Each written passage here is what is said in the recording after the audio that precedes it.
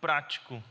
Isso é quase uma redundância, falar em doutrina e dizer que ela tem que ser prática, mas é um drama do nosso tempo, onde há uma dissociação, de doutrina se tornando, então, vista como etérea, como dissociada de qualquer relação efetiva dos nossos passos, do jeito que a gente conversa com a nossa esposa ou lida com os nossos filhos, e, por outro lado, de uma prática, que é uma prática absolutamente desprovida de fundamentos bíblicos, teológicos, então doutrinais, uma prática que é meramente fruto da experiencialidade e da construção, então, de percepções pessoais desprovidos do fundamento da Escritura, da sua verdade, da sua palavra, do seu ensino e das suas doutrinas, das doutrinas centrais que nós professamos. Então, eu louvo a Deus por tratarmos disso. E eu, de fato, quando fui chamado pelo presbítero Tiago, pela igreja, então, para estar aqui com vocês,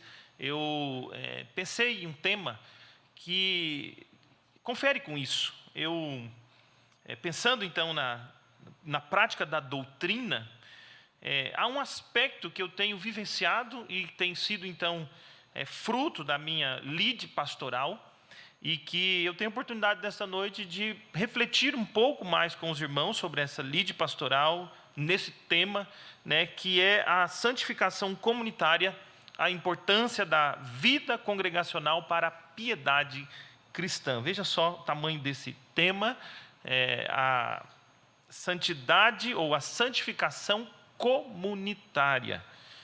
A importância, então, da vida congregacional para a piedade cristã. Por que eu vou tratar desse assunto? Porque hoje nós temos construído uma ideia de que a espiritualidade ou a piedade, a nossa comunhão com Deus, é algo individual. A nossa relação com Deus é algo meramente individual. E o meu crescimento espiritual, então, o desenvolvimento da minha espiritualidade, é algo absolutamente restrito à minha esfera individual. Quando nós olhamos para a Escritura, a nossa piedade cristã ou a nossa santificação, que é, então, o nosso amadurecimento na conformação da nossa vida aos caminhos do Senhor, em todas as esferas da nossa vida, como eu disse, como tratando nosso cônjuge, como tratamos nosso cônjuge, filhos, como lidamos no nosso trabalho, esse amadurecimento à luz das Escrituras, e esta é a visão da tradição reformada. Eu vou falar mais da tradição reformada, bastante da tradição reformada hoje, da nossa confessionalidade reformada, mas à luz das Escrituras, a nossa santificação é muito mais congregacional do que individual.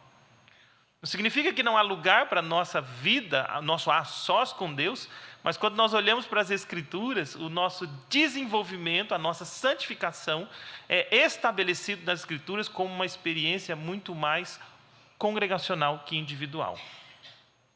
Talvez para você isso não seja novidade, mas dizer isso, em geral, é visto como algo que é novo, embora não seja, mas no nosso tempo de individualismo exacerbado. E, por outro lado, de um grande desprezo pela igreja, uma disposição de levar em conta, ou de pouco levar em conta o que é a igreja do Senhor. Falar dessa maneira é estranho para muitas pessoas. Dizer que a Escritura, em grande medida, trata da nossa santificação como uma experiência congregacional. Então, é por isso que o meu tema se justifica, santificação comunitária, a importância da vida congregacional para a piedade cristã. Quando nós olhamos para o Salmo 84, ou lemos o Salmo que nós cantamos aqui neste culto, nós, ao ouvirmos o salmista, lermos o salmista dizendo quão amáveis são os teus tabernáculos, nós vislumbramos nesse salmista um santo e deleitoso anseio de um crente, pela comunhão com Deus e sua igreja. E qual era o grande anseio do salmista, O que o salmista tanto ansiava no seu coração? Ele ansiava se juntar com os crentes piedosos em uma santa adoração, em comunhão e adoração ao seu Redentor. Esse era o anseio do salmista. Eu quero ir para Jerusalém, lá está o templo do Senhor, lá nós nos reunimos como povo de Deus, diante de Deus, e eu desejo experimentar isso, esta comunhão com o meu Redentor gracioso, junto com todos aqueles que o Senhor redimiu. É exatamente isso que esse salmo, então, tem no seu anseio, o salmista tem no seu anseio, irmãos. Agora, embora isso seja verdade, como é verdade também que quando nós olhamos para a igreja nos seus primórdios, a igreja primitiva, como nós a chamamos, nós lemos lá em Atos 2, 42 e 44, que aqueles irmãos viviam juntos. Diz Atos 2, 42, que eles perseveravam na doutrina dos apóstolos, na comunhão, no partir do pão e nas orações. E também Atos 2, 44 vai nos dizer que todos os que creram estavam juntos e eles tinham tudo em comum, não é? Então, esse anseio deleitoso para a comunhão com Deus, junto com os santos, junto com os piedosos, é tanto um anseio dos piedosos do Antigo Testamento, quanto do Novo Testamento, é um anseio da igreja do Senhor. No entanto, irmãos, quando nós olhamos para nosso cenário cristão atual, nós vemos muitos crentes, né? Não poucos, hoje, muitos, que já não almejam esta comunhão e já nem se alegram com esse ajuntamento santo do povo de Deus com a igreja do Senhor. Veja, há aqueles inclusive que não apenas não têm alegria ou que não anseiam pela assembleia dos crentes, pela igreja de Deus, pela comunhão dos santos, mas há aqueles até mesmo que desprezam esse ajuntamento santo, desprezam a igreja do Senhor. Há aqueles que dizem que eu amo a Cristo, mas não a igreja. Esse é o mote, né, que nós temos ouvido nos nossos dias. Eu amo a Cristo, mas não a igreja. E essa voz tem até o nome do grupo, né, que o detém, que o brada, né, que são os desigrejados. Os desigrejados são de dois tipos, basicamente, e aqui que está o nosso problema. Eles são aqueles mais básicos, aqueles que são definitivamente, né, desvinculados de qualquer relação com a igreja instituída, né, com a igreja organizada. Nenhum vínculo, absolutamente dissociados. Mas há um segundo grupo, e esse é mais perigoso ainda, porque é menos evidente. São aqueles que pertencem a uma igreja local, eles são membros de uma igreja local, mas a sua mentalidade é uma mentalidade de desigrejado. Para estes que são membros de uma igreja local, mas cuja mentalidade é uma mentalidade desigrejada, eles veem a igreja local meramente como um ajuntamento casual. Eu não sei se você já teve essa experiência. Quando você, então, foi procurado, ou procurou, ou ouviu alguém procurando. Dizendo assim, olha, eu estou aborrecido com o pastor, ou aborrecido com aqueles irmãos que são do grupo de música, aborrecido com aquele presbítero, e aí, vamos supor que seja você, né? E você procura um irmão para ouvir um conselho para o que fazer. E aí esse irmão vira para você e te diz assim, olha, rapaz, não vai para a igreja por causa de homens, não. Vai para a igreja por causa de Deus. Não importa quem prega, não importa os irmãos que tocam, não importa os presbíteros, importa Deus. Já viu esse tipo de coisa? Não vou perguntar se já falou esse tipo de coisa. Você já viu esse tipo de coisa? Isso que eu disse assim, é exatamente uma mentalidade de desigrejado. Não é o ensino das Escrituras, porque você vem aqui para adorar a Deus, sim, mas para fazer isso junto com quem? Com seus irmãos, com a assembleia solene, com a congregação dos santos, com a comunidade dos redimidos, com o corpo de Cristo.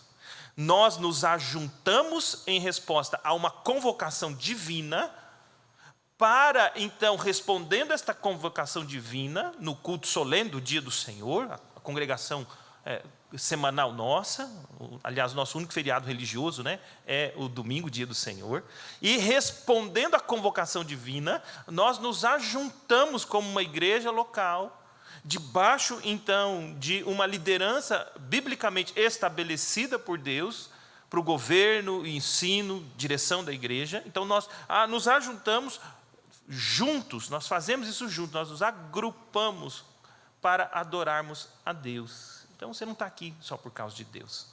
Você está aqui junto com os seus irmãos, respondendo a uma convocação divina para adorá-lo. Esta resposta que nós damos como uma congregação reunida envolve, então, uma comunhão adorativa, que, inclusive, se expressa de maneira muito visível, né, na ceia do Senhor. Então, entenda o que eu digo por mentalidade desigrejada? Lamentavelmente, irmãos, talvez vocês podem concordar comigo, e aí cada igreja local, em maior ou menor medida, que essa é uma percepção muito recorrente nos nossos dias. E a consequência disso é que a igreja é meramente uma conveniência. Se eu tenho desejo de ir lá para me relacionar com Deus, eu vou. Se eu tenho desejo hoje de não ir nessa e ir em outra, eu também vou, né? E eu vou à igreja meramente para o meu relacionamento com Deus, sem nenhuma preocupação, interesse pela comunidade dos santos, pela comunhão dos santos, pela igreja de Cristo. Veja só como as coisas se desdobram, né? E esta falta, então, de amor pelo corpo de Cristo, irmãos, vai revelar, nitidamente vai revelar, uma perda de visão bíblica do que é a igreja, tanto da natureza da igreja, quanto da sua finalidade. Pensar assim, não tratar a igreja devidamente, ter essa mentalidade, é não ter uma visão correta das Escrituras a respeito da igreja, da sua natureza e da sua finalidade na vida do povo de Deus. Revela, então, um desconhecimento bíblico da igreja como uma comunidade santificadora, indispensável para o desenvolvimento da piedade cristã. Faz um teste comigo. Quando afirmamos, e isso é uma afirmação confessional, talvez eu prejudique o seu teste já, mas faça o seu teste. Quando a nossa confissão diz que fora da igreja não há possibilidade ordinária de salvação, o que isso significa para você? Algo estranho? Esse é um grande medidor para avaliar a crucialidade da igreja para a fé cristã. Esta é uma posição confessional e nós veremos ela daqui a pouco melhor. É sobre isso, então, irmãos, que eu quero tratar com vocês nesta noite. Santificação comunitária, a importância da vida congregacional para a piedade cristã. Veja só o que eu pretendo fazer aqui nesta ocasião. Eu quero tratar de 3 aspectos que vão nos ajudar a entender esse assunto. Primeiro, um resgate da visão bíblica de igreja. Ver rapidamente, à luz das Escrituras e da nossa confessionalidade, como é que nós podemos definir igreja. Porque sem uma visão correta da igreja, nós não entenderemos o papel da igreja na vida do povo de Deus. Segundo, fazermos uma avaliação e buscarmos uma compreensão prática do papel da igreja para a piedade cristã. Por que primeiro eu vou falar da natureza da igreja e depois refletir sobre uma compreensão prática? Porque eu não quero ser pragmático, utilitarista. Dizer, não, vem para a igreja porque é bom por causa disso, disso, disso. Aqui você encontra amor, cuidado, etc. Tem outros irmãos que cuidam de você. Isso sem o fundamento, sem uma compreensão da natureza da igreja, nos leva a um utilitarismo. Então, quando eu tiver alguma dessas necessidades que a igreja supre, então eu vou lá. Quando eu não tiver, eu não vou, porque a igreja para mim tem um valor meramente utilitário, mentalidade desigrejada. Por fim, eu quero fazer uma exortação bíblica com vocês, à luz de uma passagem das Escrituras, uma exortação para a nossa comunhão congregacional. Como eu disse, tratar desse assunto para mim é tratar sobre a minha lide pastoral, e isso, então, a reflexão sobre isso é fruto do entendimento das Escrituras, da nossa confessionalidade, mas particularmente para mim, experimentado no dia a dia do meu pastoreio. Eu tenho visto no meu tempo um grande desafio da membresia da igreja ter uma visão correta, elevada a respeito da própria igreja do Senhor. Isso tem desdobramentos terríveis no comprometimento da igreja na sua caminhada cristã. Portanto, irmãos, em primeiro lugar, vejamos aqui olhemos para uma visão bíblica da igreja. Primeiro, pelas Escrituras. É importante que afirmemos, então, à luz das Escrituras, essa é a primeira questão, sobre a visão bíblica da igreja. É importante afirmarmos, em primeiro lugar, que nas Escrituras nós não temos 2 igrejas, mas uma e a mesma. Antigo e Novo Testamento, uma única igreja. Por que eu digo isso? Porque algumas pessoas dizem, não, a igreja nasceu no primeiro século com Cristo, né? Outros vão mais estranhamente longe. Igreja como nós a temos, gente reunida em um templo, um local físico, não sei o quê. Isso é coisa constantiniana. Porque antes os crentes viviam, né, a sua espiritualidade, se juntavam sim, mas eles viviam a sua espiritualidade nas cavernas, etc., perseguição. Então, igreja como nós a temos é coisa constantiniana. Já ouviram esse tipo de argumento? Não é muito comum, mas ele existe, né? Aqueles que querem se passar por intelectuais e teólogos, né? E querem teólogos da destruição, né? Eles querem falar disso. Já ouviram esse tipo de argumento alguma vez? Que a igreja como nós a temos, um local físico, né? A gente se reúne no local, essa estrutura é coisa de Constantino, que então instituiu a igreja organizada e ela virou isso aqui. Então nós temos que voltar para a igreja do primeiro século. Já ouviram essa expressão? Essa é mais comum. Nós temos que voltar para aquela igreja primitiva, aquela experiência santa. Vai para Corinto, para você ver o que você vai encontrar lá, né? Vai para Corinto, que você vai ver como era a vida daqueles santos e amados, eleitos de Deus, santos e amados, regenerados por Cristo, mas vai lá para você ver como estava a condição. Isso vocês já ouviram mais, né? Então, quando as pessoas dizem isso, que nós precisamos voltar para a experiência cristã, espiritual do primeiro século, elas estão dando um salto, pode até não formular isso, mas estão passando por cima do período de Constantino, quando passou-se a perseguição e a igreja então ficou livre para terem locais públicos de culto, recebeu apoio institucional. Isso teve uma série de problemas, é verdade, mas não foi Constantino que estabeleceu a igreja tal como ela é. Ela é bíblica, estabelecida pelo próprio Deus nas Escrituras, inclusive muito antes, né, como eu disse, da chegada de Cristo. A igreja é a primeira afirmação bíblica, que a igreja é uma e a mesma, no Antigo e no Novo Testamento. Veja que quando Deus tira o seu povo do Egito, algo especial acontece com aquele povo, e por meio de uma aliança, então, no Monte Sinai, aquele dia ali que Deus estabelece com o seu povo é conhecido como o dia da congregação. Isso está lá em Deuteronômio 10:4, também 9:10. Um teólogo chamado John Frame, vou citar ele algumas vezes aqui, porque a minha abordagem não é apenas expositiva, textual, mas uma abordagem mais teológica, então não estranhe se eu citar um pouco mais comentaristas bíblicos, teólogos, confissões, credos. Pelo nosso ambiente aqui, isso é propício fazê-lo. Ele diz assim que, naquele dia da congregação, né, a nação de Israel tornou-se uma nação santa de Deus, distinta de todas as demais do mundo. Então, conforme o texto bíblico mesmo diz, né, uma propriedade peculiar dentre todos os povos, um reino de sacerdote, uma nação santa. Veja que esse título de Israel como um reino de sacerdote e uma nação santa é visto também no Novo Testamento em 1 Pedro 2:9. Não é isso que Pedro diz? Vós sois o quê? Raça eleita, sacerdócio real, nação santa, povo de propriedade exclusiva de Deus.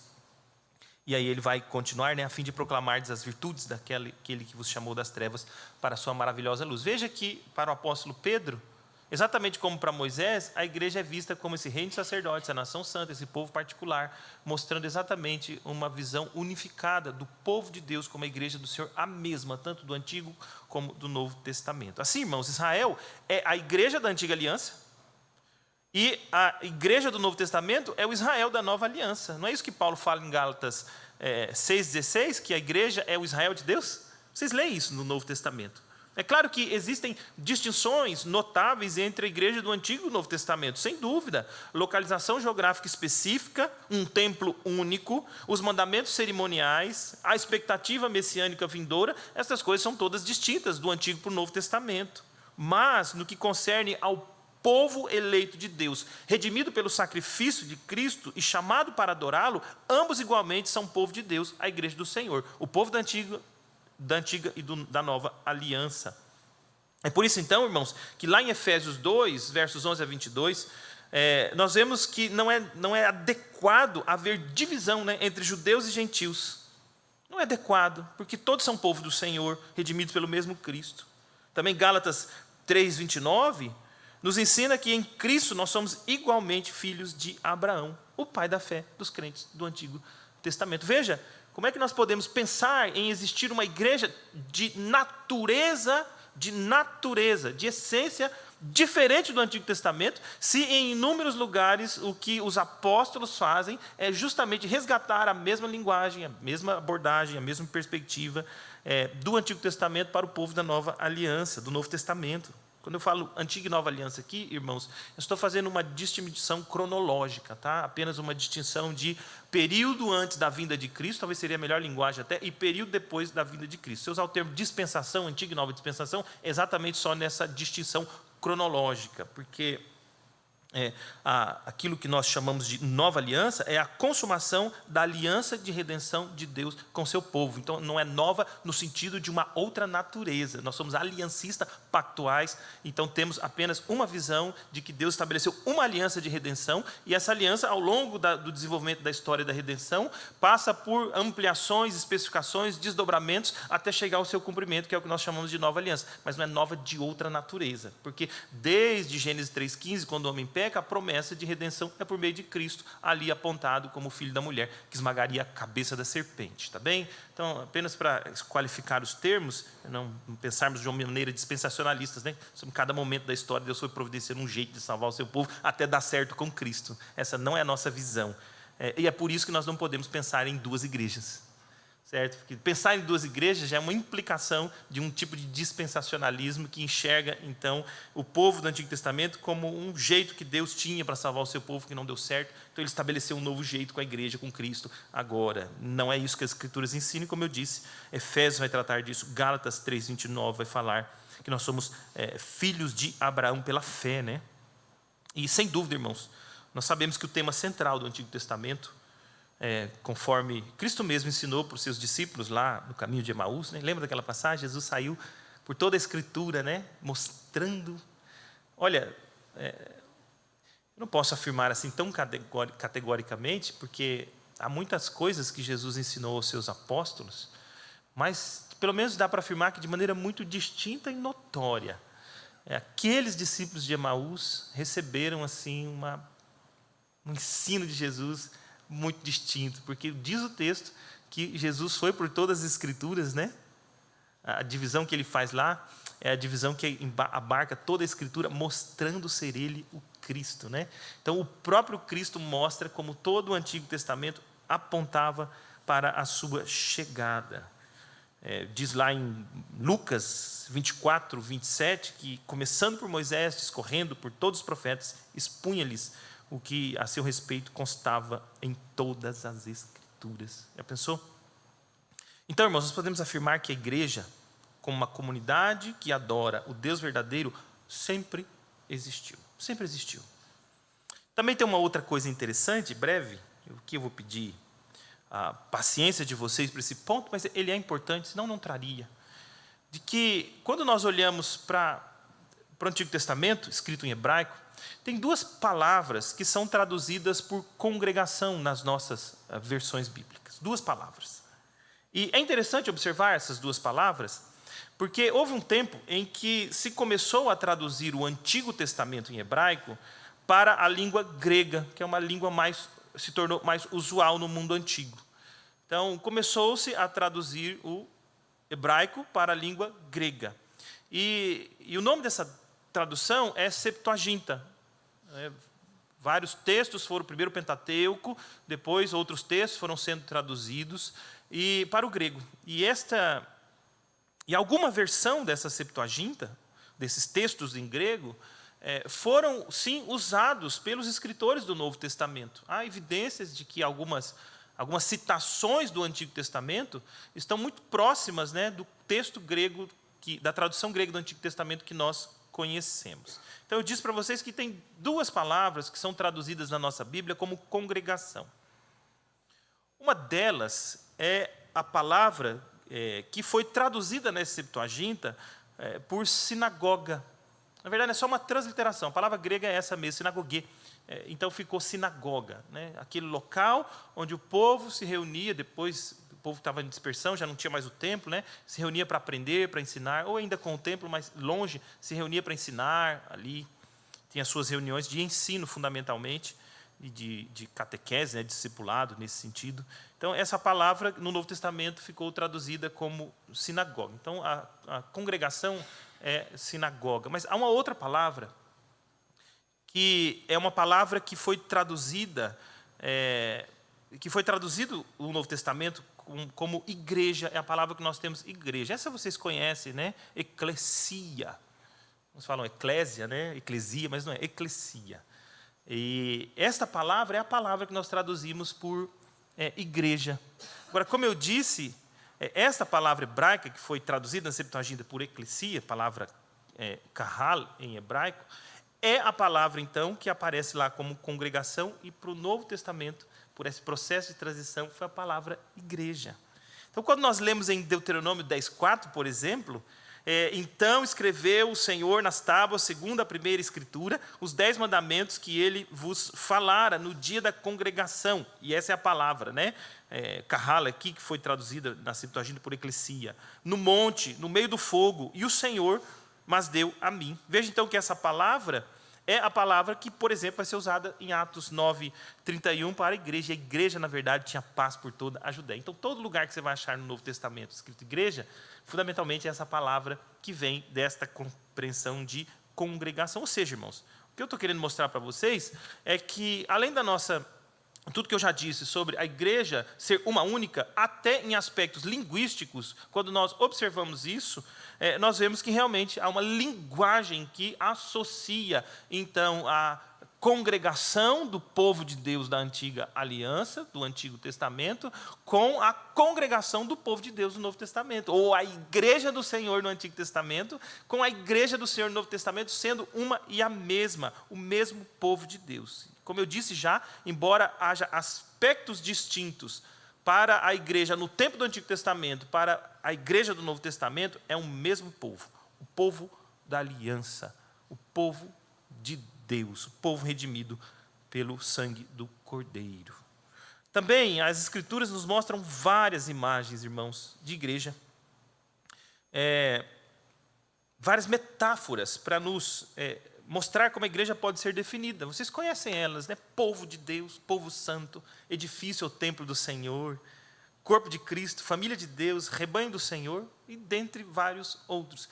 Uma das respostas mais difíceis de se dar, para mim, em termos teológicos, é o que é igreja. Porque as Escrituras não trazem apenas uma definição única de igreja, mas mostra ao longo do desenvolvimento da história da redenção, este povo de Deus se relacionando com o Senhor. Então, às vezes, a igreja de fato é chamada de família de Deus, não é isso? Nós somos adotados por Deus mediante o sacrifício do nosso irmão mais velho, Jesus Cristo.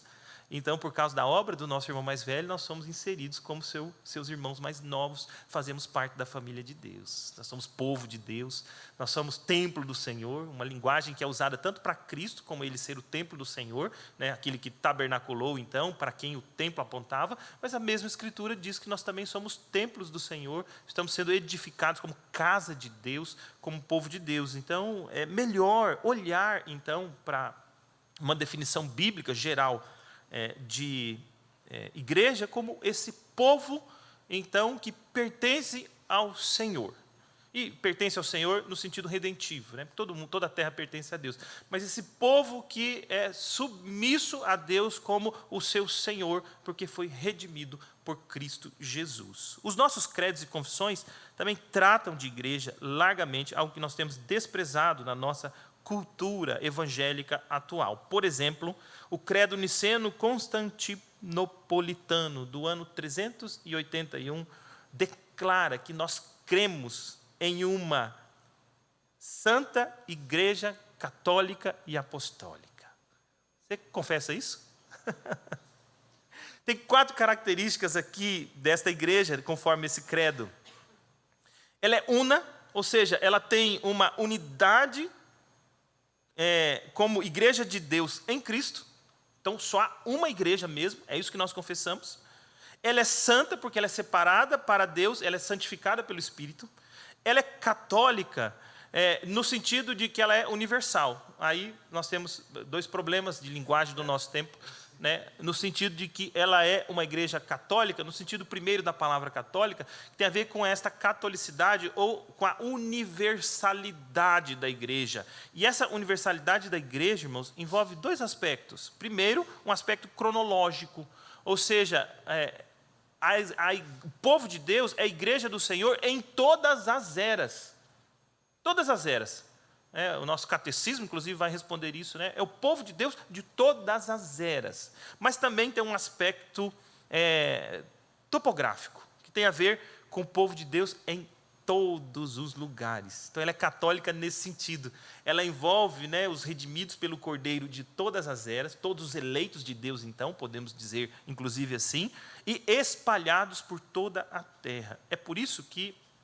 E ela é apostólica também, porque ela é fundamentada no ensino dos apóstolos. Apostolicidade não tem a ver com alguém que é um representante em pessoa do colégio apostólico, o Papa, mas ela é católica, ela é apostólica no sentido de que o seu ensino está subordinado ao ensino nos legado pelos apóstolos e também profetas, como o fundamento da Igreja do Senhor. É por isso, irmãos, que quando nós falamos de Igreja Católica Apostólica Romana, isso é um contrassenso absoluto, em termos até linguísticos, porque como ela é católica no sentido universal, se ela tem um ponto de referência na Terra maior do que os outros, que é Roma, Então, nós somos, sim, igreja, nós somos católicos, nós somos apostólicos, nós só não somos romanos, tá bem? Essa é uma confessionalidade, como eu disse, antiga. A nossa confissão de fé também trata desse assunto. No capítulo 25 da nossa confissão, nós vemos vários aspectos da vida da igreja. Veja aí, que a nossa confissão diz assim, na primeira sessão, que a Igreja Católica Universal, que é invisível, então, consiste no número de todos os eleitos que foram, dos que agora são e dos que ainda serão reunidos em um só corpo, sob Cristo, seu cabeça, ele é a esposa, o corpo, a plenitude daquele que cumpre tudo em todas as coisas. A confissão também diz na segunda sessão que a igreja é visível, que também é católica, universal, sob o evangelho, e não é restrita a nenhuma nação, como antes sob a lei era. Esse é um dos aspectos circunstanciais distintos da mesma igreja em períodos diferentes. No período do Antigo Testamento, ela é mais restrita a uma nação, e agora ela é universal, ou católica, espalhada por toda a terra na plenitude do tempo. Ela consta, então, de todos aqueles que no mundo inteiro professam a verdadeira religião, juntamente com seus filhos. É o reino do Senhor Jesus Cristo, a casa e a família de Deus, fora da qual não há possibilidade ordinária de salvação. Cuidado quando nós afirmamos assim, muito apressadamente, a igreja não salva, quem salva é Jesus, a igreja é uma coisa assim, nossa, tem a ver com a nossa reunião. Cuidado. De fato, o único que nos redime dos nossos pecados é Cristo pelo seu sacrifício vicário, sem dúvida. Não há nenhuma outra forma de redenção, ninguém pode nos mediar, ninguém pode ser o nosso redentor, mas deixe você refletir claramente sobre isso. Como é que você sabe da obra de Cristo? Você pode argumentar assim, não, eu conheço um caso de alguém que estava preso numa cela, e lá naquela cela, então, tinha uma Bíblia, e ele estava muito angustiado e foi usar droga, e ele queria pegar uma página daquela Bíblia para ler, e quando ele tirou aquela folha, e ele casualmente leu, e ele encontrou ali, conhecereis a verdade vos libertará. Então, ele não precisou da igreja para conhecer a Cristo. Uma folha rasgada de Bíblia que ele ia usar para droga. Já ouviram esse tipo de argumento? Tem um monte de coisa, irmãos, que está escondido aí, e que é furtivo, e que revela a mentalidade que eu estou chamando de desigrejada. Ele teve acesso a essa Bíblia sem igreja? Quem é que traduziu essa Bíblia? Quem é que imprimiu essa Bíblia? Como é que essa Bíblia foi parar lá naquele lugar? Quem fez isso? A igreja. Não, foi um crente desviado que também foi preso, veio aqui, largou a Bíblia. Sim, mas onde ele arrumou essa Bíblia? Então veja como às vezes essa mentalidade de desigrejado, você pode dar um nome que quiser para isso, mas essa mentalidade que despreza a essencialidade da igreja, ele chega para nós com argumentos assim, que parecem que funcionam, mas não funcionam. Quando Cristo chama os seus apóstolos, então, para partir deles proclamar o Evangelho, ali o Senhor já estava preparando o seu colégio apostólico, o fundamento da sua igreja. E é a partir, então, da pregação apostólica, sim, teve crentes convertidos pelo próprio Cristo, mas a expansão da proclamação do Evangelho, quando os crentes, então, respondiam ao Evangelho, Atos vai nos dizer claramente que eles faziam o quê? Se uniam à igreja. Mas mais do que isso, né? Esses apóstolos, como foram como igreja.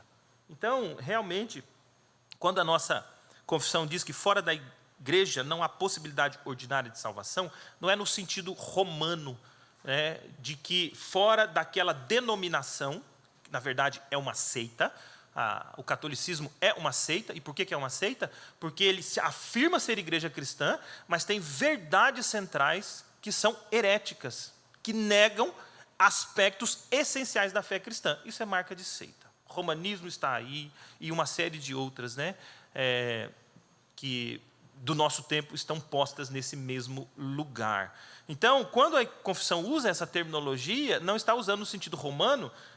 Congregação cristã também tem essa mesma visão sectarista, né? Só ela é a expressão verdadeira da igreja do Senhor. Então, é só quem é membro desta denominação é que é salvo. Várias outras são, uma das características da igreja, das heresias, é que elas são sectárias, né? Elas defendem que só ela salva, só quem está nela. Então, o sentido não é católico romano, de quem é só membro daquela igreja é salvo, mas de quem pertence à igreja do Senhor. E a grande ênfase da nossa confessionalidade vai estar nos sacramentos. Nós vamos falar deles daqui a pouco, porque, vou adiantar apenas isso, né? Quando o Senhor diz aos seus discípulos para irem por todo mundo pregar o evangelho, lá em Mateus 28, 16 a 20, o ordenamento lá é que eles, ir de pregar o evangelho é Marcos, né? Mateus é ir de fazer discípulos, né? Fazer discípulos de todas as nações. O texto lá diz que é para batizá-los, né? E ensiná-los a guardar todas as coisas, ou seja, é para trazê-los para a igreja, aplicar neles o selo da redenção e também inseri-los na comunidade da igreja a qual eles foram alcançados, e ali eles serem então discipulados, ensinados, para que eles conheçam as verdades de Cristo e eles sejam ensinados, não só ensinados, mas ensinados a guardar estas coisas. Então, é nesse sentido que fora da igreja não há possibilidade ordinária de salvação. Qual seria a extraordinariedade?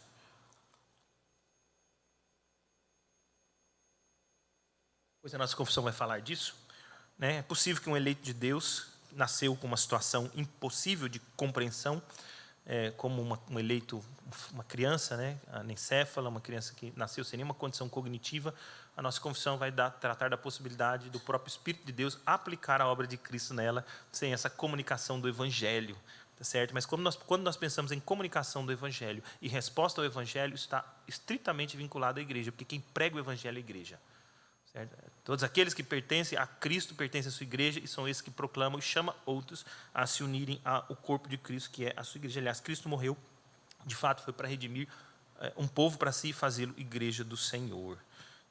Também a seção da nossa confissão 3, irmãos, diz que esta igreja católica visível, Cristo deu então os ministérios, os oráculos, as ordenanças, para a congregação e aperfeiçoamento dos santos. Vejam só esse ponto da nossa confissão, que os ministérios, os oráculos, as ordenanças, seção 3 do capítulo 25 da confissão, foram dados por Deus à sua igreja, com vistas à congregação, à reunião do povo de Deus e ao aperfeiçoamento dos santos nesta vida até o fim do mundo, e pela sua própria presença e pelo seu Espírito, torna então eficaz para este fim, segundo a sua promessa.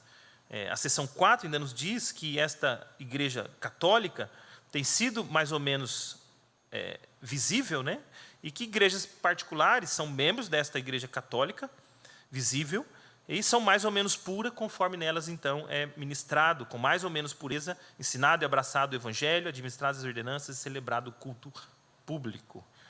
Veja que a espiritualidade da igreja não é uma métrica subjetiva, né, mas é extremamente objetiva. A pregação fiel, por exemplo, né, a ministração dos sacramentos, o culto público, né, que tem virado casual nos nossos dias, né? Infelizmente, as pessoas decidem vir para a igreja não por uma resposta obediente à convocação divina para adoração no dia do Senhor, mas como meramente um desejo por ajuntamento, né, uma conveniência. Vocês já ouviram alguém dizer assim: Deus conhece meu coração, sabe que eu não estou de bom coração para ir à igreja, então não vou não. Já ouviram isso? Nunca falou isso não, né? Mas você já ouviu isso? Por que eu tenho para a igreja forçado, né? Isso é legalismo, não sei o quê. Já ouviram esse tipo de coisa, esse tipo de argumento? Como eu disse, não estou dizendo que você falou isso alguma vez, mas veja que nesta visão, né, a adoração pública não é mandamento.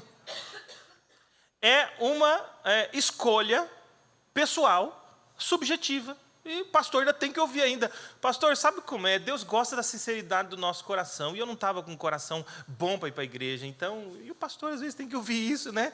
Porque tem ouvido para ouvir mesmo, né? Mas veja como isso reflete esta visão medíocre, subjetiva, né, individualizada e absolutamente diluída do que significa igreja do Senhor e a reunião solene do dia do Senhor para o culto com uma convocação divina que deve exigir obediência de nós. O dia que você não tiver vontade de vir à igreja, com o coração sem vontade na igreja, você não tem que ficar em casa, você tem que se arrepender disso e ir e obedecer a Deus, pedir que Ele mude o seu coração. É essa a resposta fiel do crente que entende, né, esta obediência ao Senhor, ao culto do Senhor.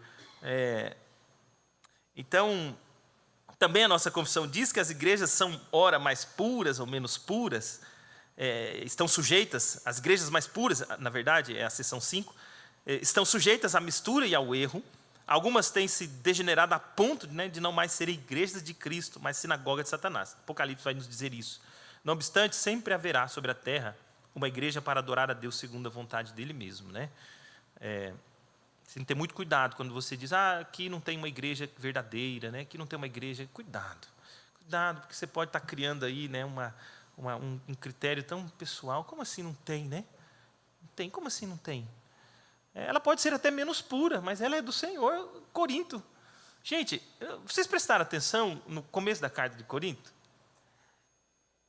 É o povo santo do Senhor, o povo os redimidos de Cristo.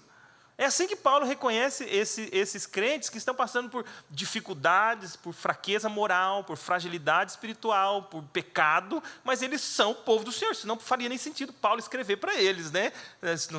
As cartas apostólicas não são para ímpios, são para crentes, às vezes crentes com muita dificuldade, mas crentes, né? Então, de fato, nós reconhecemos, a nossa confissão reconhece que há igrejas que são menos puras, sim, e algumas podem chegar à sinagoga de Satanás. Dessas nós não podemos compartilhar nem ficar perto delas. Por fim, irmãos, a seção 6 da nossa confissão vai dizer que não há outro cabeça da igreja, né, senão o próprio Cristo.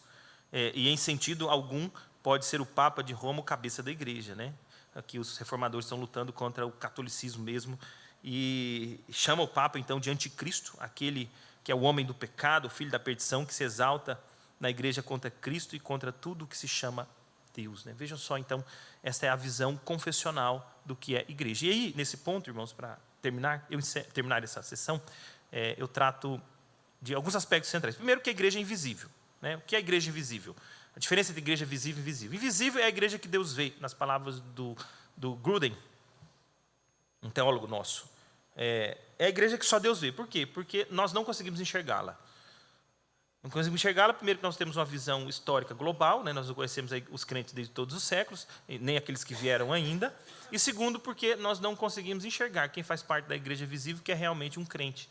Nós sabemos que ele confessa a fé, dá exemplos de testemunho de uma piedade, mas nós não conhecemos, no fim, se ele é de fato um redimido ou se ele vai revelar-se em apostasia, então mostrando que nunca foi crente. Então a igreja invisível é a igreja que Deus vê. E a igreja visível é a igreja que os homens veem. É a igreja que consiste de todos aqueles que professam a fé em Cristo, embora nem todos tenham uma profissão genuína. Também uma outra divisão importante, que é entre igreja local, regional e universal. Eu creio que isso aqui é um dos maiores problemas nossos. Porque diz assim, não, a igreja somos nós precisamos de templo. Não precisamos de templo mesmo, não tem templo aqui, que tem um local físico que foi estabelecido pela liderança desta igreja para ser o endereço onde os crentes se reúnem para responder à convocação divina para adorá-lo publicamente. Isso aqui não é templo. O templo já não existe mais, ele apontava para Cristo, veio o verdadeiro tabernáculo de Deus. Isso aqui não é templo. A gente até usa às vezes essa nomenclatura, né? Mas ela, formalmente, biblicamente falando, isso aqui não é templo, tá?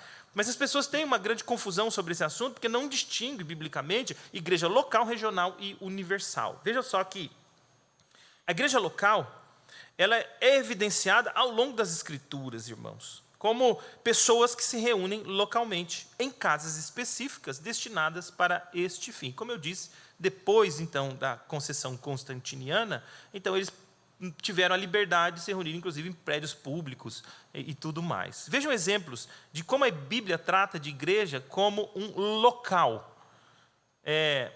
Veja que, lá em Romanos 16, no verso 5, há exemplos de uma igreja que se reunia na casa de Áquila e Priscila. Romanos 16:5. Saudai a igreja que se reúne na casa deles, se referindo a Áquila e Priscila. E 1 Coríntios 16:19 também diz assim: no Senhor, muitos vos saúdam, Áquila e Priscila, e bem assim a igreja que está na casa deles. Também, em Colossenses 4:15, fala da igreja que se reúne na casa de Ninfa. Saudai os irmãos de Laodiceia e Ninfa, e a igreja que ela hospeda em sua casa. Há vários textos assim, mas vejam o ponto, irmãos. Nós não podemos dizer que a nossa casa é uma igreja. Já viram isso? A igreja é minha casa. Eu sou igreja. Já viram essa expressão? Eu sou igreja do Senhor. Não preciso ir em templo, né? Eu sou igreja de Cristo. Não, não é. Individualmente não é. Não há nenhum lugar nas Escrituras que nos diz que individualmente nós somos a igreja do Senhor. E não há nenhum lugar nas Escrituras que diz que a nossa casa é a igreja do Senhor. Estes textos todos que falam de famílias como igreja, mas o texto é muito claro em dizer que a igreja se hospeda na casa deles. A igreja se reúne na casa deles. A igreja é o ajuntamento dos crentes que se reúnem naquele local cedido por aqueles irmãos, seja Priscila ou Áquila, seja Ninfa ou vários outros exemplos. Então não há nenhum lugar nas Escrituras que diz então que você é igreja sozinho, e não há nenhum lugar nas Escrituras que diz que a sua casa é uma igreja. Quem diz que a nossa casa é uma igreja é Kardec, né? Ele defende essa ideia, né? Nosso lar, né? Jesus no lar. Esse é o termo de Kardec, né? Para dizer que a nossa espiritualidade é desenvolvida na família, e aí trata a igreja, a casa assim como a igreja de Cristo. Isso é profundamente perigoso, tá? A igreja não sou eu, e a igreja não é a minha casa. Eu sou um crente que faz parte da igreja, e a minha casa é minha família, faz parte da igreja do Senhor, tá bom? Também as Escrituras falam de igreja no seu sentido mais regional, né?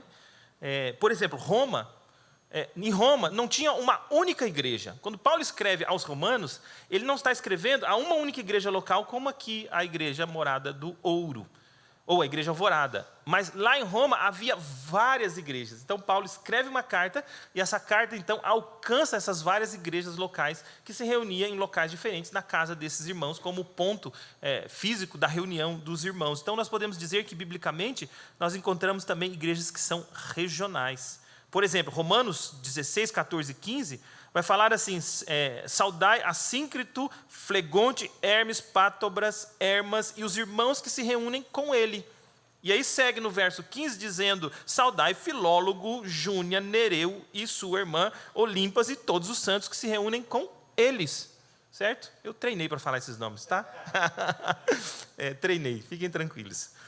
Então veja só que as Escrituras falam de igrejas locais, fala de igrejas que são regionais, e falam também de igreja universal. Por exemplo, quando Efésios capítulo 1, versos 22 e 23 vai dizer, né, sobre Cristo, né, que ele pôs todas as coisas debaixo dos pés para ser o cabeça sobre todas as coisas, e o deu à igreja, a qual o seu corpo, a plenitude daquele que a tudo enche todas as coisas. E quando Atos 15, aquele concílio de Atos, para resolver o problema das igrejas locais, ali também nós vemos que aqueles irmãos se encontram ali, né, em Jerusalém, e tomam decisões que são referentes à igreja espalhada pelo mundo. Então podemos falar de igreja católica ou universal. Então o ponto aqui, irmãos, é que quando nós falamos de igreja do Senhor, nós estamos falando do que mesmo?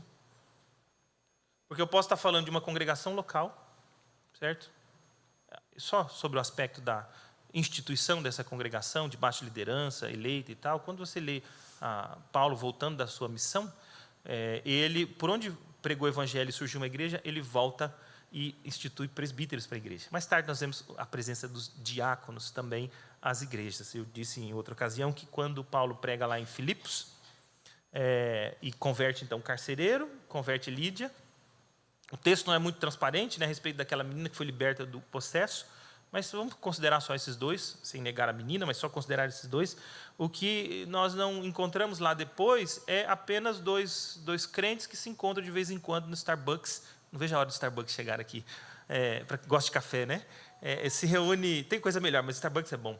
Então, eles não são crentes que apenas de vez em quando se reúnem no Starbucks para trocar ideias sobre a sua espiritualidade, sobre a caminhada com Jesus de cada um.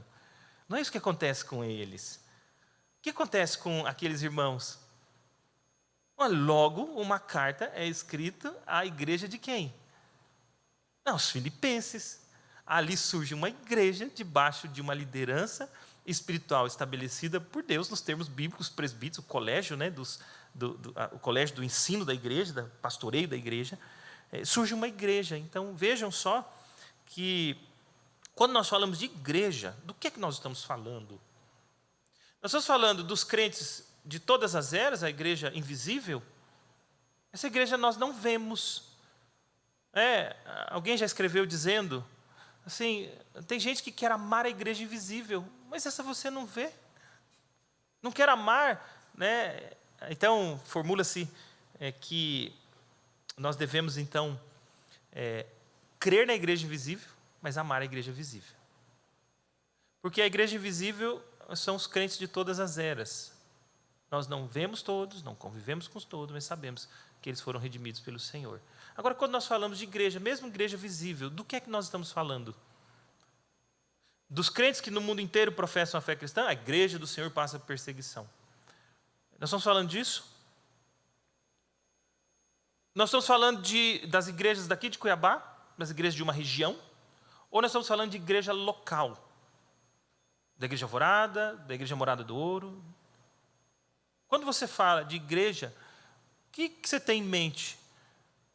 Entendem? É necessário que nós tenhamos todas estas concepções, porque todas elas são fundamentalmente bíblicas. Tá? Eu usei fundamentos teológicos aqui, confessionais, credais, né? Mas todos eles são fundamentados nas Escrituras. Eu quis mostrar que nós já temos suficiente argumento, né, confessional para isso. Então, quando você se refere à igreja, do que é que você está falando? É bom ter uma clareza, porque essa é a dimensão bíblica da igreja. Ela tem sua dimensão invisível e ela tem sua dimensão visível. E a igreja visível, e essa igreja invisível tem uma dimensão que não é tratada na nossa confissão, mas é desenvolvida depois, que é a igreja militante e a igreja triunfante, né? A igreja dos crentes que já morreram e daqueles que estão na terra ainda hoje, que ainda estão passando pela luta na caminhada, na peregrinação cristã. Mas igreja invisível e a igreja visível. Mas quando você fala de igreja visível, é a igreja no mundo inteiro, é a igreja no seu país, é a igreja na sua cidade, é a igreja no seu bairro, ou é a sua igreja local? Porque todas elas, irmãos, todas elas são igreja verdadeira do Senhor. Tá? Então, nós não podemos aceitar que alguém diga que uma igreja local é uma coisa casual, uma convenção. Certo? Uma construção convencional meramente para o nosso ajuntamento humano, uma coisa circunstancial, algo que meramente é convencional para nós. Não, isso aqui é, biblicamente falando, a igreja do Senhor, ou em termos mais elaborados, uma manifestação visível e local da igreja do Senhor, mas é a verdadeira igreja do Senhor. Eu não sei se vocês concordam comigo, mas me parece que essa visão de igreja, especialmente quando a gente fala na dimensão local, assim, me parece que não é uma visão muito em voga, né? Parece que pode ser só uma falsa impressão minha, eu arrisco que não, né? Estou sendo até retórico com vocês, mas me parece, irmãos, que quando a gente fala de igreja nesses termos, parece que não é algo aceito, muitas vezes, nem entre os crentes nominais, nem entre nós, que confessamos e fazemos parte da membresia de uma igreja. Podemos definir, então, uma igreja de maneira ampla, sim. Como, por exemplo, o Edmund Clowney, tem um livro sobre a igreja, publicado pela nossa editora. Ele diz assim, usando uma definição trinitária, né, que a igreja, de acordo com a Bíblia, é o povo de Deus, a assembleia e corpo de Cristo e a comunhão do Espírito Santo. O John Frame vai ter uma definição mais breve ainda, vai dizer que a igreja é o povo de Deus de todas as épocas. Tá bem? Claro que ele está usando aqui a visão universal de igreja. Assim nós podemos concluir, então, irmãos, que quando nós falamos de fé cristã, nós não podemos falar de fé cristã sem igreja.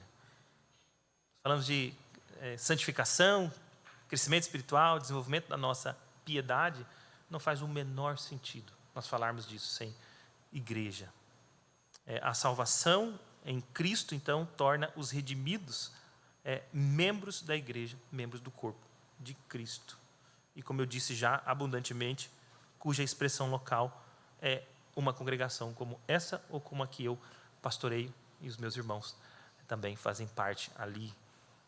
Então, precisamos, se quisermos falar de santificação comunitária e a importância da vida congregacional para a piedade cristã, nós temos que falar da crucialidade da igreja e do desenvolvimento, do resgate de uma visão bíblica de igreja. E aqui, líderes desta igreja, vocês podem já refletir onde está parte do problema da nossa santidade. Onde está parte do problema, né, da redução, né, da piedade cristã no nosso tempo, dentro do evangelicalismo. A segunda questão que esse texto nos apresenta é o papel, né, da igreja para o desenvolvimento da nossa piedade. Eu disse que nós não poderíamos ser utilitaristas, só falar que a igreja é boa para isso, para aquilo e outro. Tínhamos que falar da importância dela, como sua natureza essencial, biblicamente estabelecida. Agora, quando nós falamos da utilidade da igreja, irmãos, é claro nas Escrituras que o Senhor nos oferece de modo gracioso, e a nossa confissão já abordou isso um pouco, os benefícios, né, que Deus nos oferece por meio da comunhão dos santos, da sua igreja, e aqui falando especificamente da igreja local. Nós temos um autor que escreveu um livro chamado Espiritualidade Reformada, chamado Joe Bick. E Joe Bick, quando trata a respeito da visão de João Calvino a respeito da piedade, de todas as coisas que ele aborda sobre a piedade de Calvino como afetando 3 dimensões do pensamento de Calvino. Fala da dimensão teológica, algo impróprio da espiritualidade do nosso tempo, porque ela é meramente experiencialista e não fundamentada no ensino bíblico teológico. Fala da sua dimensão prática, porque a espiritualidade não é etérea. Ser uma pessoa espiritual não é você se trancar no quarto, passar uma semana lá e depois sair nervoso brigando com a esposa e com os filhos, porque ficou de jejum radical uma semana, então você sai nervoso de lá, atropelando todo mundo, volta para o serviço, ficou tudo atrasado o serviço, aí você sai atropelando os seus funcionários e colegas de serviço e tudo mais. A espiritualidade ela é prática, ela não é etérea, e ele fala de uma dimensão que é a dimensão eclesiástica da nossa piedade. E eu quero apresentar basicamente um resumo disso, né, para falar sobre, então, o papel da igreja para o desenvolvimento da nossa piedade. Calvino diz assim que se não preferirmos a igreja a todos os demais objetos do nosso interesse, nós somos indignos de sermos contados entre seus membros. Quem não ama a igreja de Cristo, não ama aqueles a quem Cristo redimiu. E a pergunta pode ser, ama Cristo mesmo? Ama a cabeça e não ama o corpo? Calvino é quem defende a ideia de que, de fato, se fora da igreja não há possibilidade ordinária de salvação. Agostinho, um teólogo do século IV, disse que não pode ter Deus, ninguém pode ter Deus por pai, aquele que não tem a igreja por sua mãe. Agostinho não está comparando a pessoa do Deus Pai com algum tipo de mãe. Não é isso que ele está dizendo. O que ele está dizendo é, aqueles, então, que têm Deus como pai, eles estão debaixo do cuidado da igreja, como uma mãe que cuida dos seus filhos. E Calvino vai desenvolver isso, complementando, ele diz, não há outro meio de entrar na vida, a menos que esta mãe nos conceda, em sua madre, nos dê a luz, ou seja, por onde vem a pregação do evangelho, se não pela igreja, não é? Em qualquer aspecto da igreja, seja pública, seja missionário, seja um missionário levando esse evangelho a outro lugar do mundo, seja um amigo de serviço que te pregou o evangelho, ou seja aquela Bíblia que foi achada no acaso, que foi então a Bíblia traduzida, impressa e entregue por meio do ministério da igreja, em algum nível passou pelo ministério da igreja. Então Calvino vai dizer que, a menos que esta igreja nos conceda a sua madre, nos dê a luz, nos amamente em seu seio e, por fim, a menos que nos guarde sobre o seu cuidado e orientação, não tem outro meio para entrarmos na vida. Veja só, irmãos, como então, a alta estima do papel da igreja na vida dos crentes. E eu vou adiantar para vocês, isso realmente confere com Mateus 18, porque lá nos diz para nós fazermos discípulos ensinando-os a guardar todas as coisas que Jesus ordenou, batizando e ensinando. Para Calvino, então, os crentes são enxertados à igreja de Cristo, é o que a Escritura ensina. E então, o Calvino vai mostrar, através do que Joe Bick escreve nesse livro, como a igreja é importante para o desenvolvimento da nossa piedade. Calvino vai dizer assim que o Bick vai resumir o pensamento de Calvino, dizendo assim que o crescimento na piedade é impossível à parte da igreja, pois a piedade é nutrida pela comunhão dos santos. No seio da igreja, os crentes se graçam na mútua distribuição dos dons, cada membro tem seu lugar próprio e seus dons para o devido uso no seio da igreja. Idealmente, então, o corpo inteiro usa esses dons em simetria e proporção, sempre reformando e se desenvolvendo rumo à perfeição. Também a palavra é importante para a nossa piedade, especialmente a proclamação fiel da palavra de Deus. É interessante que Calvino reconhecia dois ministros na pregação do Evangelho. O pregador como ministro exterior, aquele que proclama o Evangelho, mas também o Espírito como ministro interior. E assim resumindo Calvino, o Bick diz, o Espírito, ou o ministro interior, promove a piedade pelo uso do ministro exterior, que é a pregação da palavra. Então, no dizer de Calvino, o ministro exterior anuncia a palavra vocal, que é recebida pelos ouvintes, mas o ministro interior realmente comunica a coisa proclamada, que é Cristo. Então, quando nós pregamos a palavra como ministro do Evangelho, nós não a fazemos sozinhos, porque nós somos ministros exteriores. Nós proclamamos. O único que pode pregar no interior do coração, pegar esta pregação, porque na tradição reformada, a pregação da palavra é vox dei, não é mera reflexão, né? Às vezes as pessoas falam assim, vamos fazer uma reflexão aqui. Há lugar para reflexão, no culto público não, é proclamação, né? É a vox dei, a pregação proclamativa, né? Autoritativa, é por isso que ela é realizada por um ministro ou alguém debaixo da autoridade, é vox dei. Então, nós proclamamos a palavra de Deus verdadeira, se pregamos a verdade do Evangelho, mas o único que pode, então, pregar no íntimo do coração é o Espírito Santo, esse ministro interior. De tal maneira, irmãos, que quando nós olhamos para a Escritura, nós sabemos que realmente a palavra de Deus é crucial. Nós até mencionamos isso aqui numa oração, nesta noite já, 2 Timóteo 3, 16, 17. Né? Toda a Escritura é inspirada por Deus e é o quê? Útil para quê? Para o ensino, para a repreensão, para a correção, para a educação na justiça, a fim de que o homem de Deus seja apto, seria até uma melhor maneira de ler esse texto, seja apto e também seja completamente habilitado para toda boa obra. Ou seja, a palavra conduz o homem a ser apto. O que significa ser apto? Ser alguém habilitado para realizar a obra do Senhor. Então, é a Escritura que é fundamental para o desenvolvimento da nossa piedade, porque nos ensina o caminho verdadeiro da vida cristã. Piedade ou espiritualidade, para nós, não são experiências individuais, místicas, transcendentais. Piedade é a capacidade de conduzir a sua vida de acordo com o ensino das Escrituras. Então, a maneira como você trata o seu cônjuge revela a sua piedade. Se ela é uma piedade centrada na Escritura ou não. A maneira como você disciplina seu filho, mesmo quando ele precisa de uma disciplina, revela a sua verdadeira piedade ou não. A maneira como você realiza o seu trabalho ou como você participa da sala de aula na sua formação acadêmica, revela exatamente a sua piedade. Ou seja, se onde você está, você tem vivido de acordo com o ensino da palavra de Deus, tem tido a capacidade de aplicar as Escrituras a todas as esferas da sua vida. Outro aspecto importante da piedade congregacional tem a ver com os sacramentos.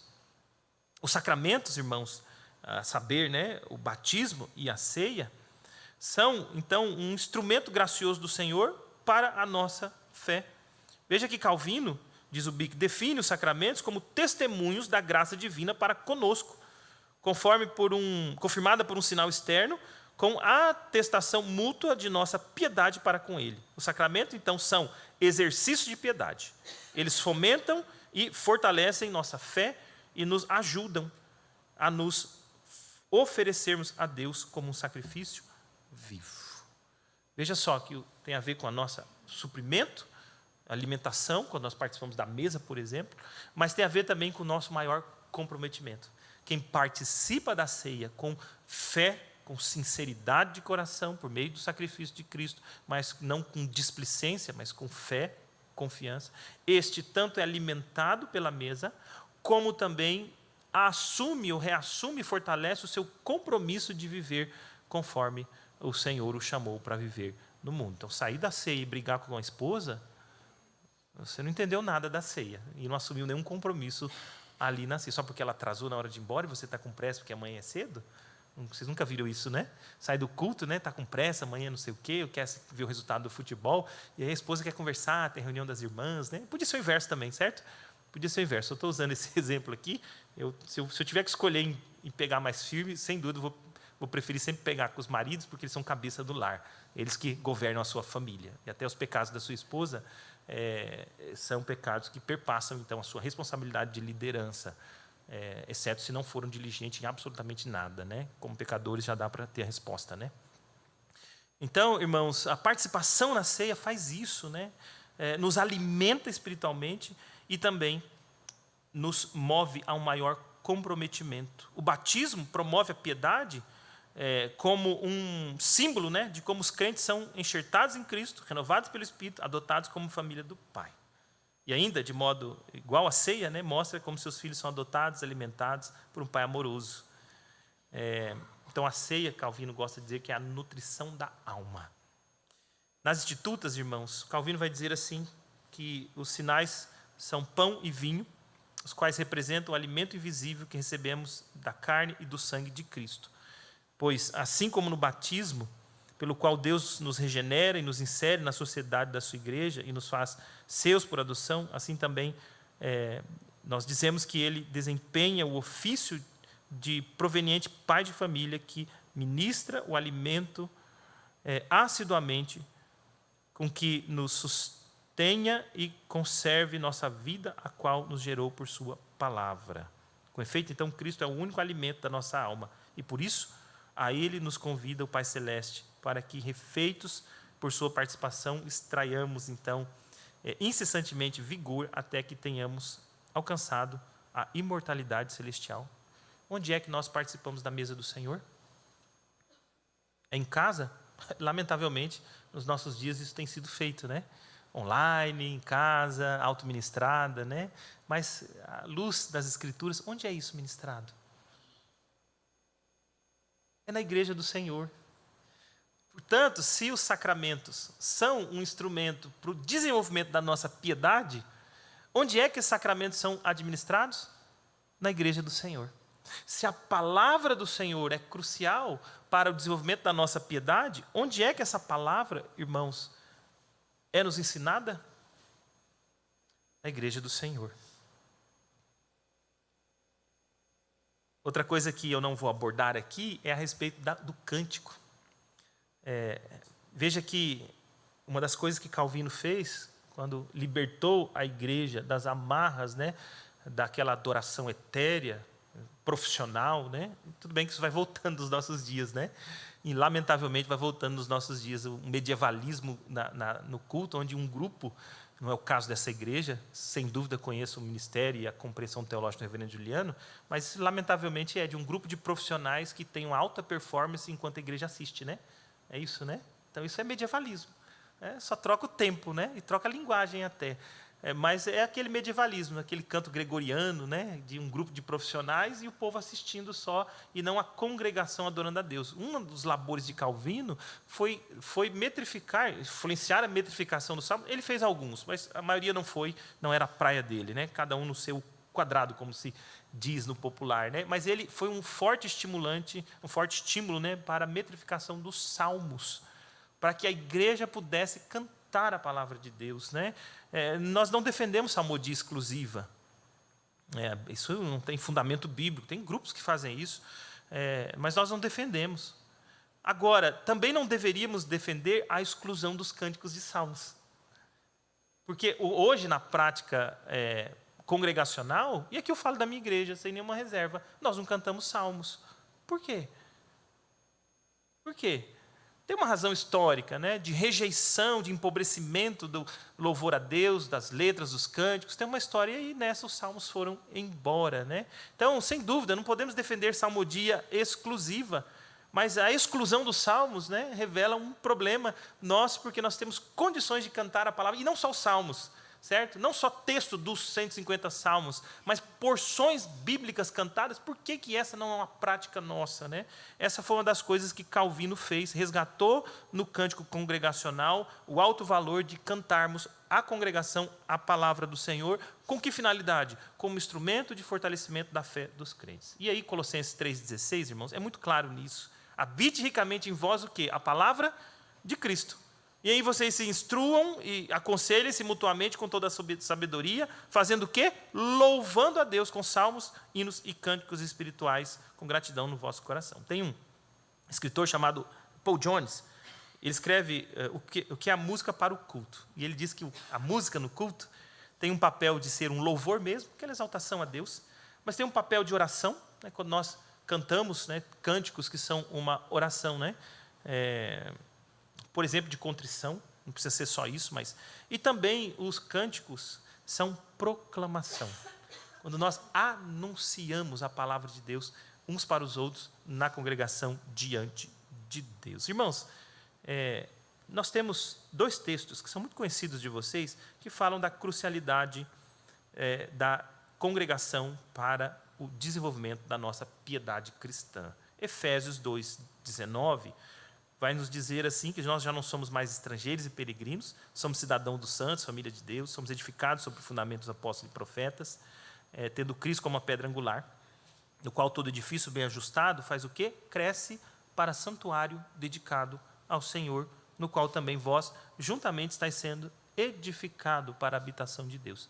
Veja que aqui Paulo está escrevendo aos Efésios, está dizendo, vocês que foram separados do mundo, foram redimidos por Cristo, são família de Deus, agora vocês vão caminhar juntos, crescendo para o amadurecimento de vocês. Eu disse para vocês no começo que santificação nas Escrituras tem uma ênfase muito mais congregacional, e esse é um texto. O outro é Efésios 4, a partir do verso 11, onde nos fala dos dons, né? Ele concedeu uns para apóstolos, outros para profeta, outros para evangelistas, pastores e mestres, com vistas ao aperfeiçoamento dos santos. Para que esses dons, né? O verso 12 vai dizer, para que esses dons? Esses dons têm em vista o aperfeiçoamento dos santos, para o desempenho do seu serviço, para a edificação do corpo de Cristo. Até quando? Até que chegarmos todos à unidade da fé, do pleno conhecimento do Filho de Deus, à perfeita varonilidade, à medida da estatura da plenitude de Cristo, né? Para que, então, não sejamos mais como meninos, ou seja, infantis na fé, né? Agitados de um lado para o outro, levados pelos ventos de doutrina, né? Mas seguindo a verdade e amor, cresçamos em tudo naquele que é cabeça, Cristo, de quem todo o corpo, bem ajustado e consolidado pelo auxílio de toda a junta, faz o quê? E segundo a justa cooperação de cada parte, faz o quê? Efetua o seu próprio aumento para a edificação de si mesmo em amor. Os crentes reunidos como congregação local, crescendo, usufruindo dos dons mútuos, experimentam, então, esse crescimento. Outros elementos seria o papel da disciplina na vida da igreja para o amadurecimento espiritual, o pastoreio da igreja do Senhor para nos auxiliar, né, até de maneira individual, mas por meio do ministério da igreja, o serviço mútuo e todos os benefícios experimentados biblicamente na congregação. Mas eu disse que ia terminar com uma exortação, e essa exortação eu a faço de maneira muito breve, que está lá em Hebreus 10, 24 e 25, que é o texto que vocês conhecem muito bem. Não deixemos de congregar-nos, como é costume de alguns. Antes, façamos a demonstrações, tanto mais, quanto vede que o dia se aproxima. Conhece bem esse texto, né? Agora, tem uma coisa interessante nesse texto, porque, primeiro que ele está no livro de Hebreus, e o livro de Hebreus está combatendo os crentes que queriam abandonar a fé cristã e voltar para o judaísmo, para as sombras. Segundo, que depois do apóstolo, do escritor aos Hebreus, Calvino achava que era Paulo, né, mas não é um consenso, então não tem autor definido, o escritor de Hebreus, depois de tratar sobre Cristo como supremacia sobre todas as coisas, ele agora começa no verso 19, mostrando que por causa da sublimidade de Cristo, né, nós temos livre acesso a Deus pelo seu sacrifício, e nós temos ele como nosso grande sacerdote. Versos 19 a 21 vai nos mostrar isso. Esse é o privilégio que nós temos. Nós temos livre acesso a Deus pelo sacrifício de Cristo e um grande sacerdote. Depois que ele faz isso, nos versos 22 a 25, do qual esse texto está inserido, ele traz 3 exortações para a igreja. A primeira está baseada em nossa fé, que nós devemos nos aproximar de Deus com fé sincera. Aproximemo-nos, diz o texto, aproximemo-nos com sincero coração, em plena certeza de fé. A segunda atitude daqueles que foram redimidos, unidos por Cristo, pela redenção em Cristo, e que tem Cristo como seu mediador, além de fé, aproximação com fé sincera diante de Deus, é esperança. Porque nós, agora no verso 23, o texto nos diz que nós devemos guardar firmes à confissão da esperança sem vacilar, pois quem fez a promessa é fiel. Confiar que o que Deus falou é verdade. Descansar o nosso coração na redenção segura que nós temos em Cristo Jesus. E a terceira exortação, baseada na obra de Cristo, é o amor. Versos 24 e 25. Porque os versos 24 e 25 dizem aí, 24, né? Consideremo-nos uns aos outros para nos estimularmos ao amor e às boas obras, não deixemos de congregar-nos, como é costume de alguns, antes façamos a admoestações, tanto mais quanto vede que o dia se aproxima. Veja então que o texto fala sobre o que nós devemos fazer, considerar uns aos outros. Verso 24. Na verdade, o mandamento estrito não é o verso 25, é o verso 24, que é considerar uns aos outros. O que significa considerar uns aos outros? Nos importarmos uns com os outros. Isso tem a ver com amor. Nós devemos amar o povo de Deus e nos importarmos, termos consideração, considerarmos atentamente o povo de Deus, cultivarmos, um tradutor bíblico, um comentarista bíblico, F.F. Bruce, cultivemos ao mesmo tempo a consideração mútua. Então nós temos que olhar para o povo de Deus e nos importarmos com o povo de Deus, que foi redimido por Cristo. E aí o texto vai dizer por que é que nós temos que fazer isso. Para quê?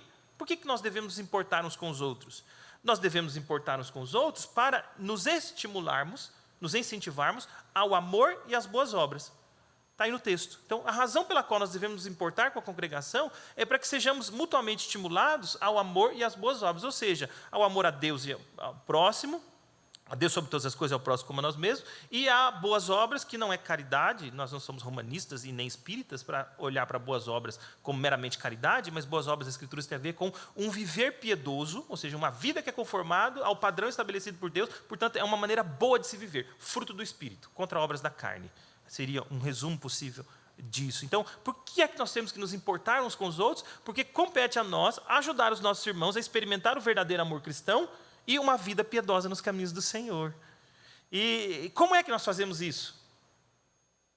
Aí sim o verso 25 entra.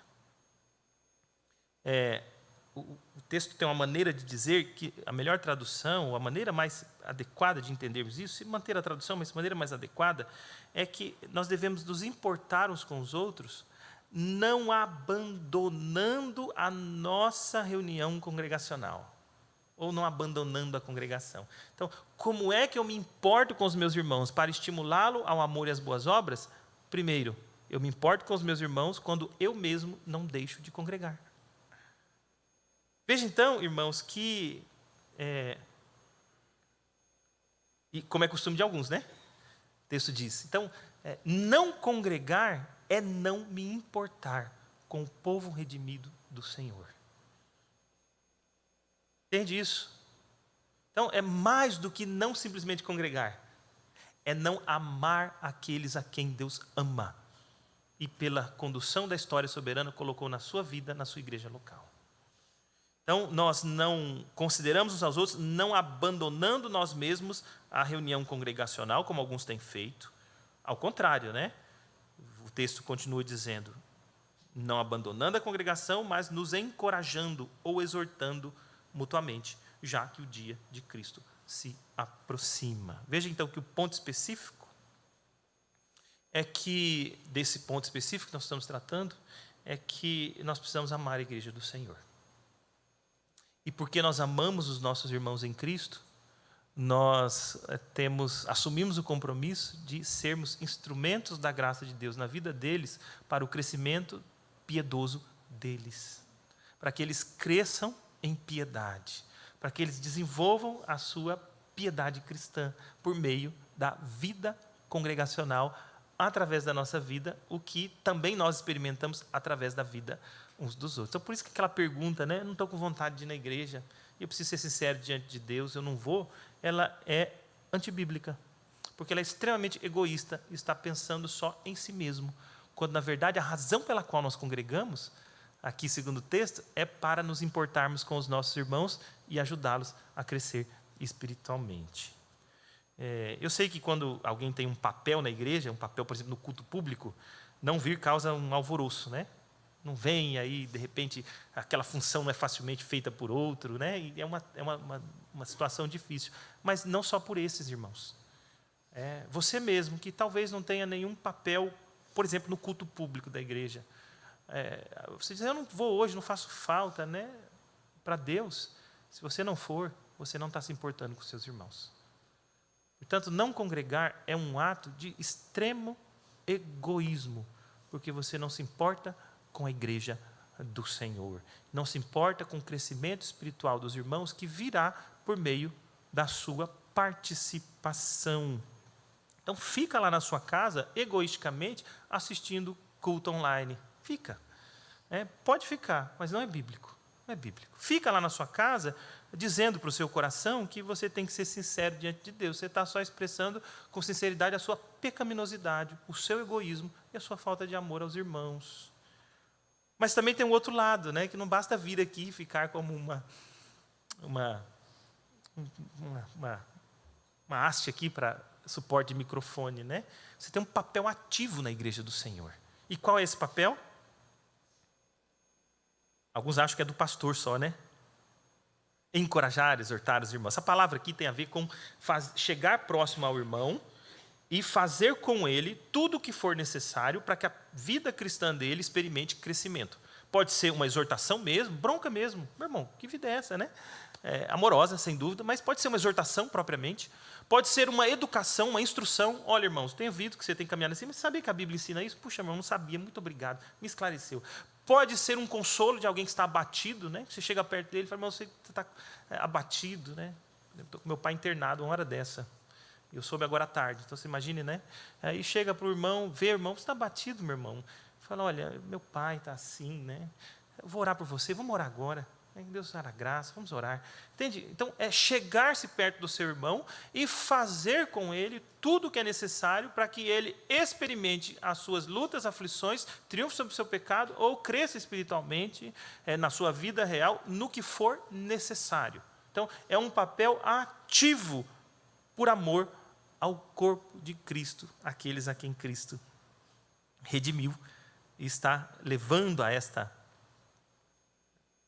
crescimento em santidade até a volta dele, já que o dia se aproxima. Irmãos, a nossa santificação é comunitária. E a vida congregacional é importante para a nossa piedade. E, de fato, cresça no nosso coração aquele desejo de considerar a igreja do Senhor como um local amável, para nós juntarmos com aqueles que Cristo redimiu e adorar o nosso grande e glorioso Redentor, servindo uns aos outros, para a nossa caminhada na graça, no fortalecimento e na santificação que Deus nos chamou a ter como igreja dele. Vamos orar? Reverendo Juliano, gostaria de chamá-lo para fazer isso?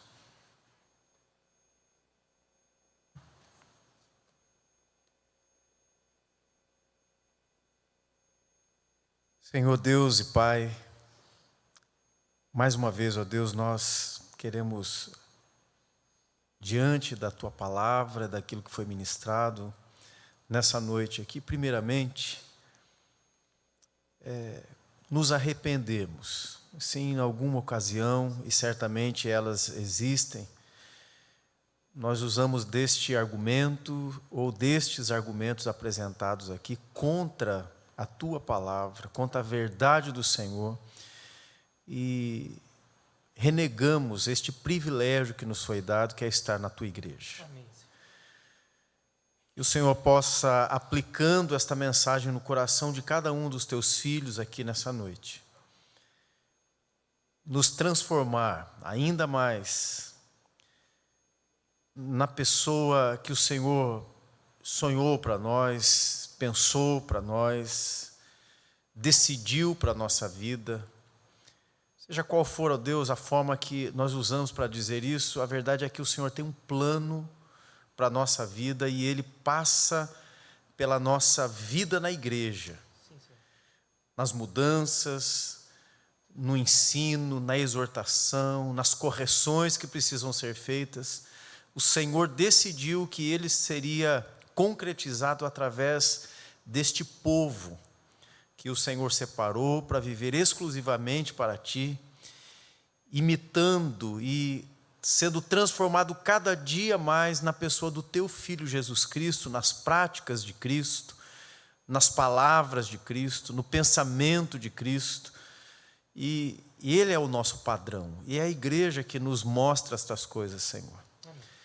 Por isso, ó Deus, aplica isso no coração. E como o reverendo acabou de finalizar aqui, concluindo, que nós possamos amar a igreja, desejar estar na igreja e servir, ó Deus, na igreja do Senhor, porque este é o plano do Senhor para a nossa vida. Se estamos aqui, se o Senhor nos chamou para ouvir esta mensagem, é porque em algum momento, em alguma área da nossa vida, nós não estamos vivendo desta maneira.